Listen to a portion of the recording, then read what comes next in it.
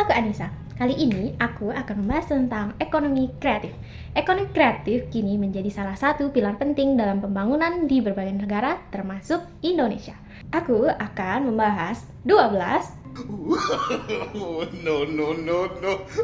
aspek kunci yang membentuk pemahaman komprehensif tentang ekonomi kreatif mulai dari potensi lokal hingga peran teknologi dan etika. Yang pertama, potensi ekonomi kreatif di Indonesia.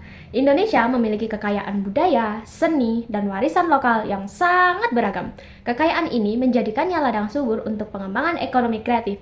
Produk seperti batik, kerajinan tangan, dan kopi khas daerah menjadi contoh nyata bagaimana kreativitas lokal dapat dikembangkan menjadi peluang ekonomi yang menjanjikan. Yang kedua, sektor-sektor ekonomi kreatif. Terdapat 17 sektor ekonomi kreatif, diantaranya kuliner, fashion, kria, musik, Genggam tanganku sayang, dekat denganku, peluk diriku. desain, aplikasi, film, dan masih banyak lagi. Nah, ada 3 sektor terbesar penyumbang PDB adalah kuliner, fashion, dan kria. Yang ketiga, manajemen bisnis kreatif. Meskipun berbasis ide dan seni, bisnis kreatif memerlukan manajemen yang solid, mulai dari perencanaan bisnis, pengelolaan keuangan, hingga pengembangan sumber daya manusia yang mampu bekerja kreatif dan adaptif.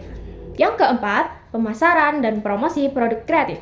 Strategi pemasaran produk kreatif ini banyak mengandalkan platform digital seperti media sosial dan marketplace. Branding yang kuat dan storytelling yang menyentuh emosi konsumen menjadi kunci untuk menarik perhatian pasar. Yang kelima, pariwisata kreatif. Pariwisata kreatif menggabungkan elemen budaya, seni, dan aktivitas lokal yang memberikan pengalaman unik bagi wisatawan.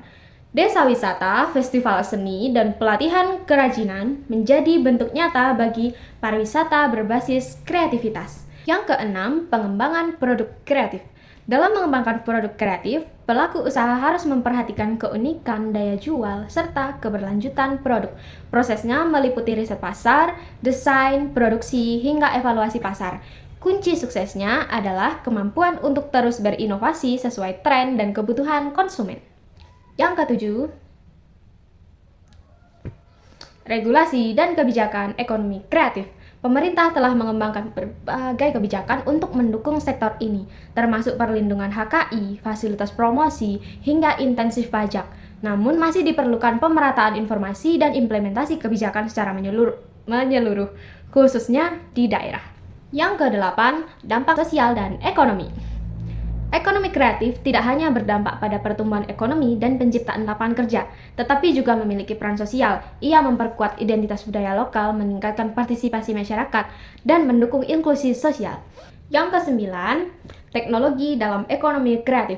Teknologi digital menjadi pendukung utama dalam menciptakan, memasarkan, dan mendistribusikan produk kreatif. Pemanfaatan e-commerce, AI, media sosial membuka pasar yang lebih luas dan peluang inovasi baru. Oke, lanjut. Yang ke-10, studi kasus internasional. Korea Selatan, Inggris, dan Finlandia menjadi contoh negara yang berhasil memajukan ekonomi kreatif melalui dukungan kuat pemerintah dan ekosistem yang terintegrasi. Indonesia dapat belajar dari pendekatan strategis mereka seperti intensif, promosi global, dan investasi di pendidikan kreatif. Yang ke-11, peran komunitas lokal. Komunitas menjadi aktor penting dalam menjaga kelangsungan ekonomi kreatif. Mereka memelihara nilai-nilai budaya lokal sekaligus menjadi pelaku produksi. Pemerintah dan pemangku kepentingan lainnya perlu memberikan dukungan dalam bentuk pelatihan, akses pasar, dan pendanaan. Next, yang terakhir, etika dan tanggung jawab sosial. Etika sangat penting dalam menjaga integritas industri kreatif, menghargai karya orang lain, menghindari plagiarisme, dan tidak mengeksploitasi budaya adalah prinsip dasar. Selain itu, tanggung jawab sosial mendorong pelaku kreatif untuk memberikan dampak positif bagi masyarakat dan lingkungan. Kesimpulannya, ekonomi kreatif merupakan sektor yang dinamis dan inklusif. Dengan pengelolaan yang baik, dukungan regulasi yang tepat, dan partisipasi aktif masyarakat, ekonomi kreatif mampu menjadi kekuatan ekonomi baru yang mendukung pembangunan berkelanjutan di Indonesia. Selesai sudah pembahasan singkat kita kali ini. See you!